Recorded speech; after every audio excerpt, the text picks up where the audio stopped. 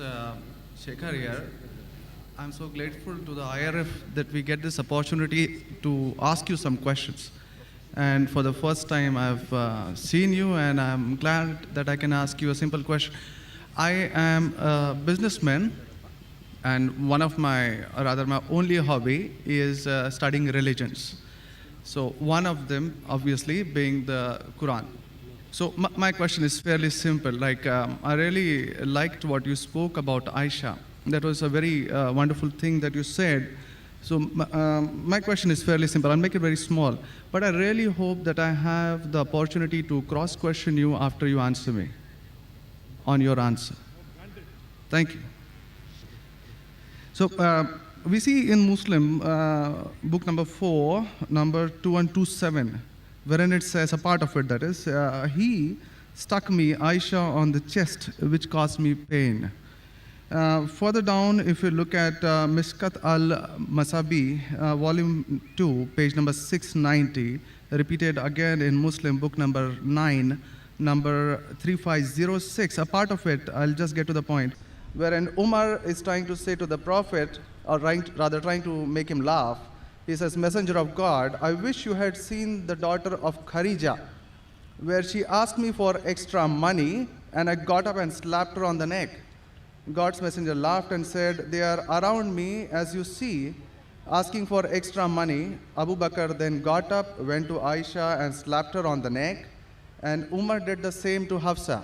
Now we see something of a pattern coming in. Then if we just jump to Quran chapter 4, verse 34, and those wives you fear may be rebellious, admonish, banish them to their couches and beat them. Now, as I understand from your talk, that there is equal punishment for both man and woman. I'm not contending whether they should be beaten or not. My point is, what is the right of the woman if the man is wrong? Because he gets to beat her up. Brother asked a very good question, and I give you the right to cross-question me after the answer. It is granted. The brother quoted hadith of Sahih Muslim and Mishkat al-Masabi. Do you know the relationship between Hafsa and Hazrat Umar? Well, I've not really got to the point that much. I'm still studying. Do you know the relationship of Aisha and Abu Bakr? May Allah be pleased with them both. Her father, if I'm not mistaken. That's right. I'm asking you a question. Are you married? Yes. Yes. Do you have a daughter? 2 of them. 2 of them, fine. I get to go to heaven. Sorry? I get to go to heaven. No. If you bring them up correctly, I remember with love and compassion, then you'll go to heaven, otherwise not. But, just kidding. But that is only righteous deed. Without iman, you can't enter Jannah. So for you to go to heaven, besides upbringing your 2 daughters correctly, you have to follow the laws of the Quran and the Sahih Hadith and be a believer. I understand. That we'll discuss after answer to you. I understand. After answer, inshallah. I'm asking a simple question. Suppose your daughter, if she wants to jump from a 10-story building, what will you do? I'll stop her. Is she adamant? What will you do? Point, yeah. You get the point, very good. If she wants to jump, no, I want to go. I want to fly like Superman. Dad, you are preventing me from being a Superman. What will you do? Well, I'll stop her, obviously. Will you slap her or not? If required. She says, no, I want to jump. What will you do? Well, I can ask it the other way around. What I'm if asking, my wife brother. sees... I'm asking. If she wants to jump from the 10-story, I will hit her. if required, not normally, you will say, "Arey beti, jaan do na, Superman mat bano." Nahi banne ka hai abba. Jump marne ka hai. Ab dekho kaisa udti hu main. I want to fly. One flap. A father is cruel to be kind. Yes. Now, our beloved Prophet Muhammad said, anyone who does not love Allah and His Messenger more than his own life, he is not a Muslim. Anyone who does not love Allah and His Messenger more than his own life, he is not a Muslim. So there are many occasions what happened that sometimes they were disrespectful to the husband. Not a normal husband, Prophet Muhammad sallallahu alaihi wasallam. There were many occasions, not one occasion. There are many occasions, Hazrat Umar, may Allah be pleased with him, and Hazrat Abu Bakr, may Allah be pleased with him. When they came to know that one of the wives has caused pain to the Prophet, they were the father-in-law of the Prophet. But they loved the Prophet not only more than their daughter, they loved the Prophet more than their own life. There are many occasions. Which occasion you are referring to, I don't know. There were occasions when they came to know that my daughter has caused pain to the Prophet of Allah. How dare she does it? They being father, they have the right to slap. Not you and me. For us, they are the Ummahatul Mu'mineen. They are the mothers of the believers. But yet, they were human beings. Even the wives of the Prophet. Though they were wives of the Prophet, they are the best examples, yet they were human beings and they did make mistakes. Like the ayah recited by the Qari, Surah Nisa chapter 4, 32. They want equal rights. There was in Surah Azab chapter 33, where the wives of the Prophet tell the Prophet, why don't you give us the luxury of this world? They objected. Why are we undergoing such a life of poverty? So Allah sends a revelation. If you want this world, I will grant it to you, but you will not get Jannah. The verse of the Quran says, I will free you. That means, if you want, I will let you go free. Divorce, not that he divorced. And you can get the luxury of this world, but you won't get heaven in the hereafter. And the wives of the Prophet, they repented and they asked for forgiveness and Allah forgave them. So here also it's in context. And going against the Prophet is more bad than jumping from top. Jumping from top, your daughter will kill herself, that's it. Correct? But going against the Prophet is more bad. Did you get the answer? Sir, but my question still stands. I understood your point. I haven't completed my answer. Okay, you asked the question, no problem. My question is pretty simple. I haven't completed my answer yet, brother. All right. Because I know your question was in two parts. Then you quoted the verse of the Quran, Surah Nisa, chapter 4, 34. Yeah. And said about wife beating. I want to complete that before you answer. Otherwise, you said Zakir answered half. I only answered one part of your question regarding hadith. The second part is of Surah Nisa, chapter 4, verse number 34. Exactly after the verse that was recited by the Qari. After verse which says, Ar-Rijalu Qawwamuna 'ala an-Nisa, that the men are the protectors of the women. The verse says that if they're disobedient, then don't talk to her. After that, don't share the bed. Then the Arabic word is daraba, means beat her lightly. The Arabic word is beat her lightly, daraba. Ibn Abbas, may Allah be pleased with him, said, when you beat your wife, you should not beat on the face. Point number one. Point number two, when you beat your wife, there should be no mark left on her body. And he gave an example, beating with a miswak. Miswak is toothbrush. In modern way, I will say beating with a handkerchief. Handkerchief. Now, if you beat your wife with a handkerchief, it is symbolic. It is not wife bashing. Wife bashing is not allowed in Islam. Wife bashing means one shot on the face. Hit so hard so that the mark remains. She'll remember you for the next 1 week or 2 weeks. In Islam, wife bashing is prohibited. It is daraba, means beat her lightly. That means first you tell her she's wrong. You admonish her. Don't share the bed with her. Ultimatum. Last warning. Beat her lightly. Now, what I said, for any crime committed, the punishment is same. Punishment is same. Beating lightly is not a punishment, it is a warning. Can you do the opposite? Can the daughter hit the father? What if your daughter slaps you? Will you like it? No. Why? Equality. Let me complete my answer. You talk about equality. If your daughter slaps you, will you like it? No. No. There may be occasion when you get lunatic, when you become very old, and if you want to jump and then she slaps you, I will agree with her, correct? Though you said, no, I'm agreeing with you. I understand. I'm helping you. You understand, but you don't understand me. No, I do. I'm helping you. Okay. If you grow up and you become a lunatic, you become senile, you want to jump from the 10th story, your daughter says, Abba, mat karo, don't do, father. She may have to slap you. She's doing in good faith. Accept it. Right? Now here, where a husband is giving a warning to the wife, if the wife does the same, what will the retaliation be? Imagine, suppose there's a massive person, bodybuilder comes and acts macho with you.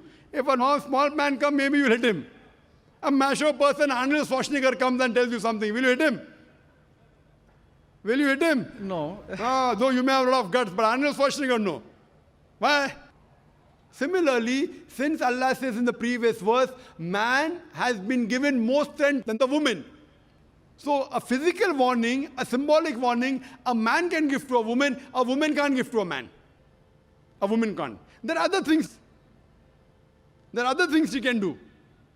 Such as? Such as, for example, if she has to cook food in the house, It's the duty of the husband to get market. She can refuse to cook. If you don't get market, I will not cook. She can object. Very well. She can object saying, I will not cook. It's an objection on her part. If, for example, he's not offering salah is important, she can object nicely, with love and affection. My dear husband, please offer salah. Then she may get a little bit angry also, no problem. Getting angry with husband is not allowed, unless it's for the sake of Allah and His Rasul. But not physical. She can't get physical. If she gets physical, there will be retaliation. It will never work. Imagine your wife slapping you. Will you leave her? Fine, you may say, Jaan do. So, what do you realize? This is a symbolic beating. What the Western media has done, they portray as though it is wife bashing. Where is wife bashing? You know the hadith also. So, because of that, Islam is the best way of life. It shows you how to lead life with your wives also. Hope that answers the question. If you have any counter question, you're most welcome, brother. Yes, actually 2 points on that. Primarily, the first thing that is said is a daraba, which means basically tapping.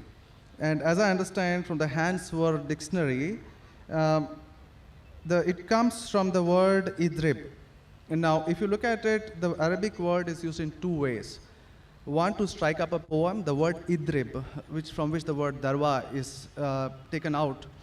The first is to strike up a poem, and the second, which is used 12 times in the Quran, is a physical action of striking. Strike off? Strike up a poem, or strike up a poem. Strike up a poem, metaphorically. Second part is the physical action of striking. It's used again in Surah 8:12, wherein it about an angel strike off their heads, strike off the very tips of their fingers. The same word is used. So how can the same word be interpreted there as lightly, but here as very good question. The second part. Very good question. Very good question. The second part is that if we come back to Sahih Bukhari, volume 7, number 715, again, the respectable, I truly mean that, respectable woman Aisha, a great scholar, I read about her, narrated, Aisha said that a lady came wearing a green veil and complained to her, that is Aisha, and showed her a green spot on her skin caused by beating. It was the habit at that time for women to support each other, means when they get beaten up, so you support each other. So when Allah's messenger came, Aisha said, I have not seen any woman suffering as much as a believing woman. Look, her skin is greener than her clothes. That was my second part. As for second part, I'll answer first, and first part, I'll answer second. No problem. She's complaining to the Prophet that somebody has done injustice to her. It doesn't end saying the Prophet agreed with it. If someone has done injustice, if we read ahead in some other hadith, the Prophet may have done justice to her. It doesn't say that someone beat her and the Prophet agreed with it. Correct? She's just reporting that maybe there is injustice done to a woman. That's it. The moment she's complaining means she's disagreeing with it. She didn't say, Prophet, I heard a very good thing I saw, that the woman was beaten up. The moment she's complaining means the wife, Hazrat Aisha, may Allah be pleased with her, disapproved of it.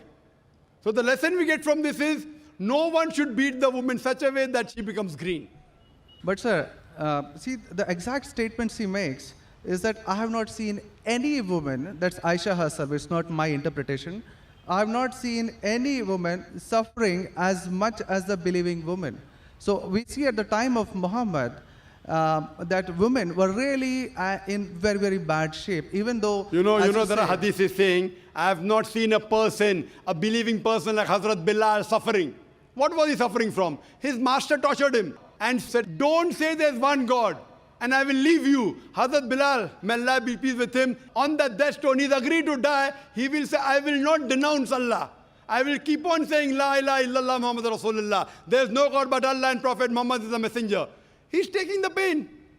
That means if I say Hazrat Bilal is a believer who is being tortured, that does not mean that what act that being done on Hazrat Bilal, may Allah be pleased with him, is right. It is wrong. but he's a believer who's taking the pain. In this context, we have to see the context and go to the Shara. You have to see Fath al-Bari, and what was the woman? Was she? What was she? Who tortured her? Was it the master? Was she a slave woman? You have to go to the Shara. I'm not a muhaddith. I'm telling you what the answer can be. You have to go to the Shara and find out.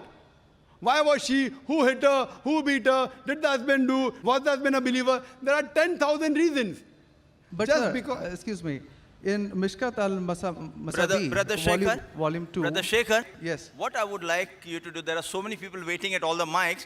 Precisely, concisely, I would like you to put your question in a few words and then close. Because you've got such a big sheaf of papers, there are many people I see waiting with small slips just or one something. question. So we cannot allow this whole thing to go on. This is not a debate session. It's a question and Brother. answer session. I want you to put your question in the next 4 sentences. Let Dr. Zakir answer so that all the many ladies standing there here also get a chance. We have exactly 1 hour, 12 minutes left. We have very occupied sorry 20 about minutes already. Brother, initially you asked 2 questions answered. You said, I want a counter. What counter you gave? In the counter, you're asking 1 more question. I don't mind answering your 100 questions, but in this rule, 1 question at a time, go behind the queue, no problem. You asked 2 questions, give the answer. You said, I want a counter question. With the counter question, you're asking 1 more question. So, I'm very kind, I don't mind. I would love. After finishing, you can come in the cabin. And inshallah, I will answer all your questions. I want to ask you, after I answer your question, what will you do? Will you believe in the religion Hazrat Aisha believed? Yes or no? I yet have to answer your counter question. Well, it's not just this one point. There are many, many more. I'll answer inshallah all. How many are there? 10, 20, 50, 100? How many? Well, we can sit on that. How many approximately? Well, there are many more. I have not How really many? counted them. 10, 20, 100, 1,000, 10,000? How many do you have now in your mind?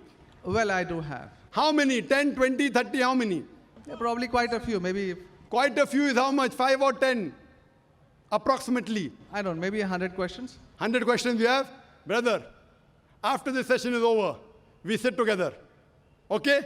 Write down all the 100 questions. Inshallah. Inshallah. I will try and answer everyone. Okay? I request you, we'll spend the full night together. I don't mind, because you're a seeker of truth. And I'm also a seeker of truth, and my job is to try and clarify the truth. Not that I'm a scholar. I will try and answer all the 100 questions. But I doubt whether you'll be able to write 100 questions. I doubt. Coming to your main counter question, brother. That will be basically counter question. Counter question of yours is that daraba has got 2 meanings. One is strike off the head. You ask me then, how do you come to know which is correct? Correct? Exactly. In the counter question, don't ask 1 more question. That means you're breaking the rule. Sir, I'm just refuting what you said. Not refuting. See, you asked a counter question. Counter question was of daraba, has got meaning of striking. That is the counter question. In that counter question, you asked 1 more question. You can't ask 1 more question in a counter question. You can ask 1 counter question, but that was a fresh question that you asked. Now coming to your question of daraba. You said striking, I agree with you. How do you come to know one time it is lightly beating, one time it is striking of the head? You know the verse in the Quran is there, in Surah Maryam, chapter 19, verse number 47. Mary, may Allah be pleased with her, she says, when Archangel Gabriel says that you shall have a son. So she says, how shall I have a son when no man has touched me? How shall I have a son when no man has touched me? Now if you go to the Lugha, your hands were a dictionary. All lanes, I believe you read many dictionaries. All this you can get on the internet. It's not difficult. You go on the internet and type, you'll get 100 questions against Islam. Not 100, you get 1,000. Very easy. Not that a person has done research. If you had done research, you'd have come to know who was whose father and who was whose husband and mother, everything. But you go on the internet, you get this very easy. Now, the Arabic word masa has got 2 meanings. Physical touch, it means sexual touch. So when Mary, may Allah be pleased with her, she says, how shall I have a son when no man has touched me? It is understood. It is not physical touch, it is sexual touch. Correct? Yes. Similarly, there are several verses in the Quran. Now, when there are 2, 3 meanings, even both can be correct or one can be correct. To have more details, you go to the Hadith. Hadith is the commentary of the verse of the Quran. Correct? Maybe the same word has got 2 meanings. In that verse, it means meaning number 1. in the second verse in meaning number 2. Hadith is a commentary. So when we go to the hadith of this Surah Nisa, chapter 4, verse 34, talking about daraba, there the Prophet said, do not beat on the face. Do not leave a mark. Beat like a toothbrush. I gave the answer, but you were so much concentrating on the notes you have that you forgot my answer. If you have heard my answer, that if there are 2-3 meanings, all meanings may not be right. Maybe one is right, maybe 2 are right, maybe all 3 are right. Therefore, you have to go back to the Prophet. The Quran says, Atiullah, Atiur Rasul. Obey Allah and obey the Messenger. So when there are 2-3 meanings, you have to go to the hadith and find out what did the Prophet mean by that word. So there when it says strikes off that, it means strikes off. Here it means strike lightly. So therefore, if you know the supplement to the commentary of the Quran, it's the hadith. Without the authentic hadith, you cannot understand Islam. So a prophet said, it means beat lightly, like beating with a toothbrush, don't beat on the face, don't leave a mark on the body. So these are the guidance given by Rasul. Therefore, it is obligatory that besides the Quran, you have to follow the authentic hadith. Hope that answers the question. And inshallah, I'll wait for you after 10 o'clock in the speaker's lounge, inshallah. Yes, Brother Shekhar? Thank you. And since you have 2 daughters, you said you have 2 daughters and you want, sorry? And one son. The son, there's no hadith saying the son will take you to Jannah here. Yeah. If he becomes the pious son, and if he prays for you, inshallah, even he will be a pathway to Jannah. What I want to see to it that besides good deeds, you even have faith. Faith is one of the important criteria to go to Jannah. And since you have an urge to go to Jannah, to paradise, inshallah, I pray to Allah subhanahu wa ta'ala, may He make me the zarya, the pathway to take you to Jannah, inshallah.